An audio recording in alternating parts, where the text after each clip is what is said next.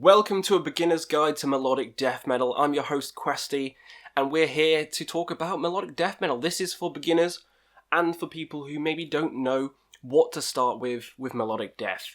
Now, how this is going to run, we're going to do 9 albums. The top layer, the top 3 albums, are going to be the essentials, the classics. These are the 3 albums you have to have in your collection, you have to have heard, and you need to dive into straight away. The next 3 layers are going to be different styles. So each album in the next layer is going to be a different style that may help you get from melodic death into maybe another genre. So it's melodic death metal albums which are popular, which are very good, but they may help you get into, say, progressive metal, progressive death, black metal, anything of that nature. And lastly, the last 3 albums will be wildcards, ones that I think you should check out because I love them so much. So, without that, I'm doing a lot of praying today. We're going Christian all of a sudden. So with that out of the way, let's get in with basically the beginner's guide to melodic death metal. So, the first essential listen has got to be one of my favourite albums of all time, In Flames, one of the Gothenburg trio, The Jester Race. This is melodic death metal perfection, in my opinion. The melodies on here, and that's what it's about, melodic death metal. We're not all about brutality. It's not about banging your head over a rock non-stop. We will get into that with brutal death and normal death metal videos. For now, we're about the melody, and In Flames do that melody so well. The Jester Race, songs like Moonshield, with the acoustic guitar and everything. It's amazing. Goliath's Disarm the Davids. The Jester Race has everything you could want for a melodic death metal. And it has that sound, that classic Gothenburg sound that no other band can really replicate. So my first essential listen is The Jester Race by In Flames. And come on, look at that art. Look at that. You wanna be on that, riding through the desert Mad Max style, listening to In Flames. So good, essential listening. Next up, At the Gates, another one of the Gothenburg trio, but very different sounding. I could put Dark Tranquillity's The Gallery here, because that's fairly essential as well, but it sounds very much like The Jester Race, so I'm not going to include it. Instead, we're talking about At the Gates with Slaughter of the Soul.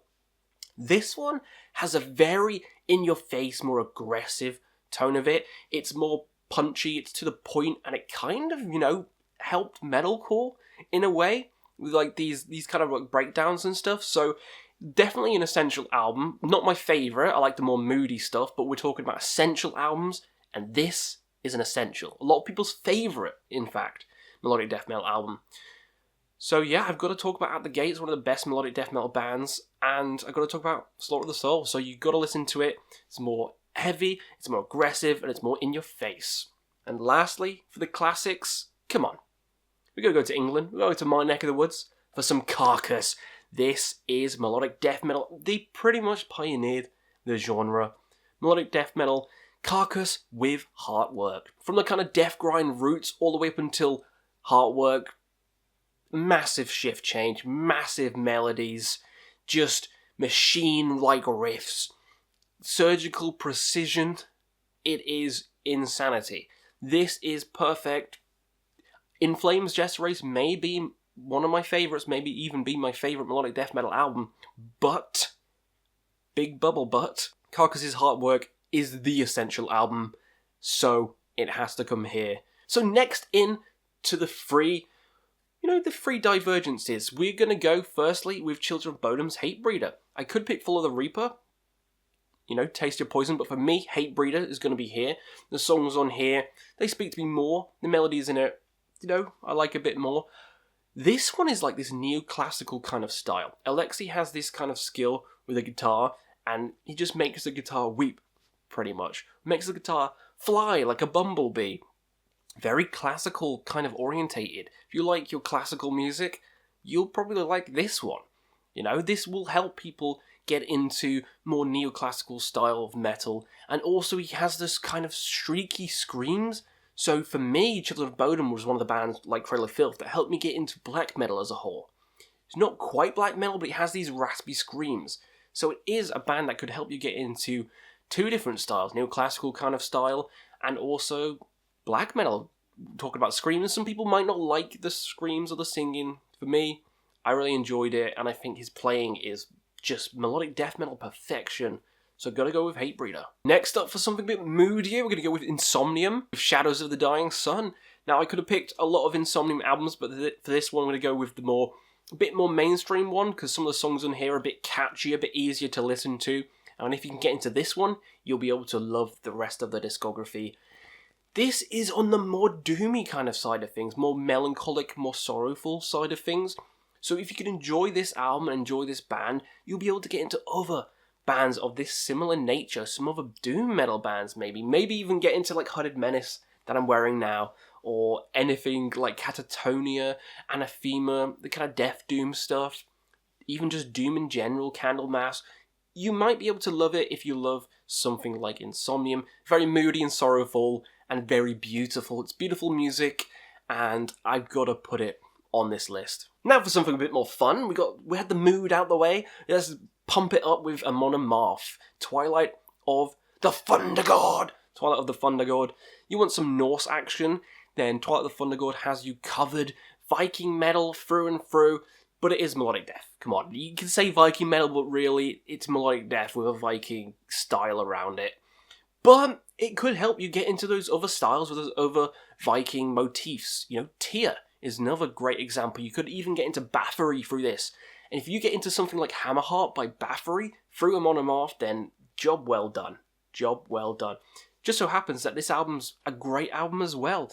Not only is it a good bridge gap, but it's a great album. So I've got to mention Twilight of the Thunder Gods. It's the most fun album on this list, and you got to have something fun when you got other sorrowful and moody music in melodic death. So yeah, Amon Amarth. Gonna put it here. Next up, the last three are my wildcard picks. These are just picks that I want people to listen to and to get into. First up, we're gonna go with Arghoslent, Galloping Through the Battle Ruins. So if you want your melodic death metal riffy and catchy as anything, listen to Arghoslent. Galloping Through the Battle Ruins has just so many mammoth riffs. They'll be stuck in your head all day, every day.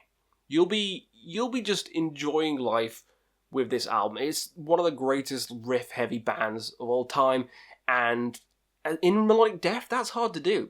In normal death, sure, melodic death, it's pretty hard, and they perfected it. They perfected the gap, and from this, you may be able to get into other death metal style bands. So yeah, Arghoslent, Galloping Through the Battle Ruins, one of my wildcard picks. Next up, for something more progressive, we have Edge of Sanity with Crimson. This is a one-song album. Kind of split up into little sections, but it's a one-song album through and through. So if you can manage this perfection, this absolute madness-inducing perfection, you'll be able to enjoy some other progressive metal bands, maybe even some Opeth, one of my favourite bands of all time, because Mikkel does growls on this album as well. This album by Dan Swano is just... it's a mind-melting album. It's definitely a different album on this list, but it's an essential listen in my opinion, and I think everyone should give it a listen and give Edge of Sanity some love because they're kind of underrated. So Edge of Sanity's Crimson, wildcard pick. And last but not least, we're going to go with bellacore. Bellacore, which is kind of bridging two different gaps with progressive metal and kind of a moody, doomy kind of metal as well, kind of like Insomnium. This Australian melodic death metal band just does melody better than anyone else on this list. If I was going to say the best melodies, I think bellacore has them. I think they have them. Vessels, The Smoke of Many Fires, listen to that song and tell me they don't. That middle section, tell me they don't. Stone's Reach is the album I'm going to talk about though, because it's so good that even a band named themselves after one of the songs from this album. You know, that's how you know how good they are. Pure melodic perfection, but with like this kind of moody edge, just like an Insomnium. Longer songs, more progressive styling songs, kind of like Edge of Sanity, but with an Insomnium twinge to it. So yeah, that is my wildcard picks, and those are the 9 essential albums, in my opinion, for melodic death metal. There's loads I've missed off. Loads. Some big bands I've missed off. I haven't talked about Arch Enemy. They have some good ones. Soilwork. They have some good ones as well. A lot of bands I've missed off on this list, but that's where you come in. Let me know down below what albums are in your 9 essential melodic death metal albums, and we'll see you again on another Quest for Metal.